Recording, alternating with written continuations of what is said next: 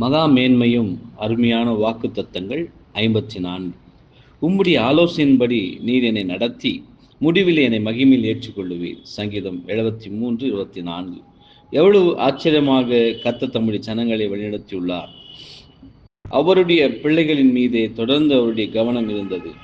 எந்த நன்மையான விஷயங்களையும் அவர் அவர்களுக்கு தடுப்பதில்லை. மேலும் அவர்கள் அவருக்கு கீழ்ப்படிந்தால் சகலமும் அவர்களின் நன்மைக்கு ஏதுவாக நடக்கும்படிக்கு ஏற்பாடும் செய்யப்பட்டுள்ளது. கர்த்தரை வருடக்கணக்காகவும் வெயிலும் நிழலும் மகிழ்ச்சியிலும் கண்ணீரிலும் அமைதியான தண்ணீர்களிலும் மழையோடு கூடிய கடும் புயலிலும் நம்பின யார்தான்?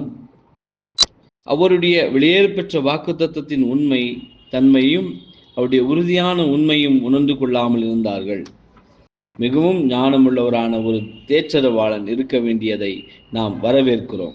மிகச்சிறந்த பூமிக்குரிய ஆலோசனையாக இருப்பினும் அது தெய்வீக ஆலோசனையால் வழிநடத்தப்பட்டிருக்கும்.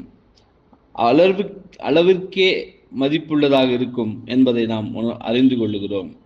இதற்கு அதிகமாக இந்த ஆலோசனை நமக்கு போதுமானதாக இருந்து இறுதியில் இதற்கு செவிசாய்த்ததின் மூலம் பந்தய சாலையின் முடிவில் கிடைக்கும் நித்திய பரிசை நாம் சென்றடைவோம் என்கிற நிச்சயம் இருக்கின்றது என்பதே. ஆமேன்.